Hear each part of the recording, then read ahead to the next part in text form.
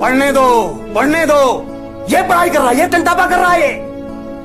मतलब कितना कितना पैसा झोंक रहा हूं मैं पढ़ाई में, मालूम है? इतना इतना तो खाता है साला। पर बाबूजी, मैं तेरी हर बात सुनूंगा।